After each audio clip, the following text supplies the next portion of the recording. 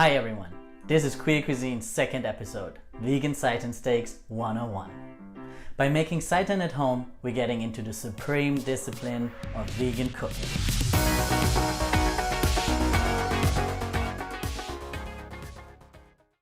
So there's no need to be afraid about what happens next, because I'm going to show you an easy way to make delicious seitan steaks at home. So I've seen a lot of YouTube videos about seitan steaks that seem overly complicated and use all these fancy ingredients. I will show you a better, simpler and tastier way of making great seitan steaks. So seitan has been around Japan, China and the eastern parts of Russia for hundreds of years. It's also known as wheat gluten or mock meat, and it is super rich in protein. And it's an integral part of the diet of vegans around the world. There are so many products of seitan in the supermarket, then why putting all the effort in making it at home yourself? Many prepared products are highly processed and contain a lot of sodium. Making seitan at home is not only fun, but also much cheaper. So for this bucket of seitan flour, I paid 11 euros. Hello seitan, we meet again.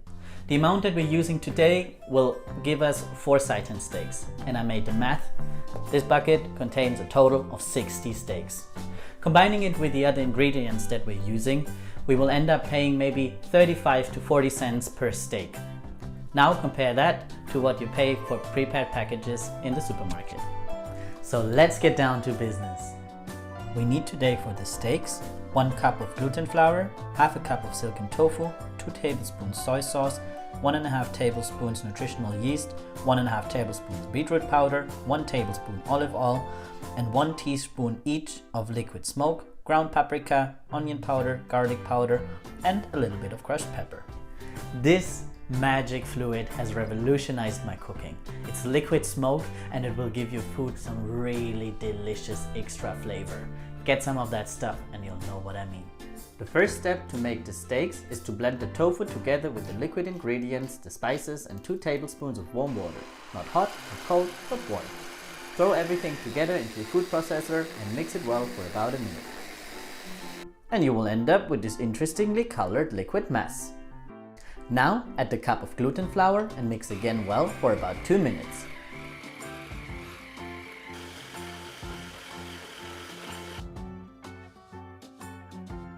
Yeah, it should look like a mashed brain, that's right.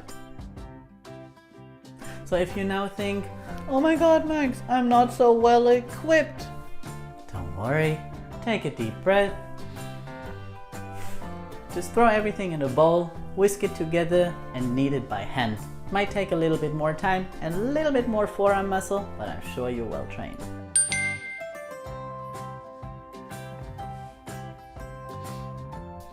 We need to work that dough a little bit harder. Knead it well together for another 2 to 3 minutes and then cut it into 4 pieces and start forming little steaks.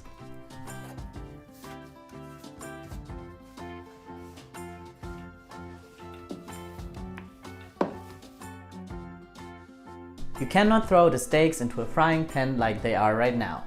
We will have to steam them first for about 25 minutes. And I have prepared a wide pot with a steamer basket inside. Again, there's no need to freak out if you don't have the right equipment at home. Mama's got ya, and there's an alternative solution waiting for you. You can either just use a simple screener like this one, put it in the pot, pop the lid on top of it, and here we go. Or if you don't have a screener, take a piece of aluminum foil, put it over the pot, stick some holes inside and also place the lid on top, and that's it. Easy, cheap and simple solutions for missing kitchen equipment. Boom! So while the steaks are doing their thing, let's hear from our reporter Idan in the living room. Hey gorgeousness! Your gorgeousness! No, your gorgeousness! First, I'd like to thank everyone who has already donated to our fundraiser. We love you! Thanks to your generosity, we can now really get started on our trans-empowering children's book. Today I want to talk to you about the vegan diet. Now, just because you're vegan doesn't mean that you're eating healthy. And I should know, when I went vegan at the age of 14, I was living mostly on fries and ketchup for a few years. But you don't need to do that. Later on, being vegan gave me an opportunity to really examine what I'm eating. Now, self-care can look very different from person to person. I meditate while listening to Baroque music. I like to dress up and go dancing all night. And I like to tie people up and tickle them until they... For us, self-care starts with eating what's right for us and getting some goddamn sleep. Already 170 years ago, the super sexy and toxic masculinity victim, German philosopher Ludwig Feuerbach, reached the conclusion that we are what we eat. Now, animal rights organizations have been quoting him since, well, forever, suggesting that shoving animal corpses down our throats makes us barbarians. However you may feel about that, write it in the comments below. We think that if you eat food that your body may enjoy in the moment but may hate you for later, you probably shouldn't eat it. Or at least not that often. For example, I love to eat hummus. But it gives me really bad farts and a bloated stomach for a couple of days. Or how I love eating in front of the TV until I fall asleep on the couch. But then I wake up in the morning with acid reflux. Or Max there loves chocolate, but when he eats too much of it, he gets pimples that hurt. Also, food is connected to our mental state. When we experience bad feelings like stress, we don't really go and eat an apple, right? No! We binge on chocolate, ice cream, and Haribo. Then we feel guilty over it and perpetuate feeling bad. I found out that when I pay attention to what I eat, where I eat, when I eat, how I eat, why I eat, I develop a sort of conscious relationship with food, eating, and cooking. And my body rewards me for that afterwards. And when I don't give a f***, it will be Many of us queers struggle with one type or another of an eating disorder, whether it's anorexia or a strict gym diet.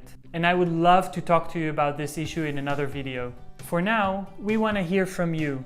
What's your relationship to food? How do you see the connection between nutrition and self-care? And for those of you watching who are not vegan, well, hello there. Don't forget to subscribe to our channel. So we're back in the kitchen and the steaks are looking good. It's a miracle. Halfway through the 25-minute steaming time, flip them over. Now our Seiten steaks have had enough steam and we can take them out.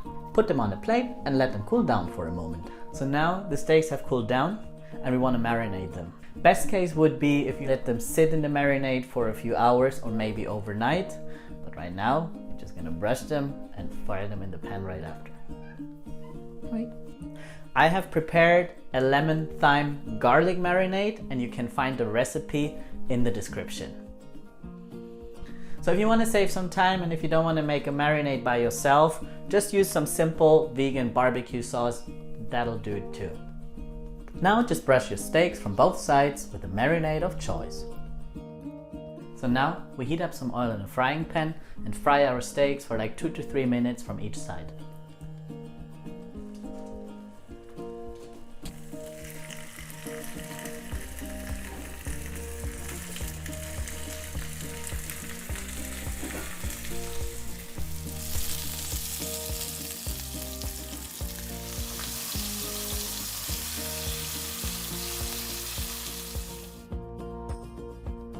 And that's it. Was this so hard? No! Are you all gonna make Seiten steaks at home? Yeah! You can find the recipe in our description below. And since I know that you don't want to miss out on future recipes, subscribe to our channel, click the little bell so you get a notification when we upload something. Also, don't forget to check out our other social media and our website where you can donate to our current fundraiser. So this was our Seiten Steak 101. Thank you so much for watching and see you in our next video on Queer Cuisine, community cooking for a good cause.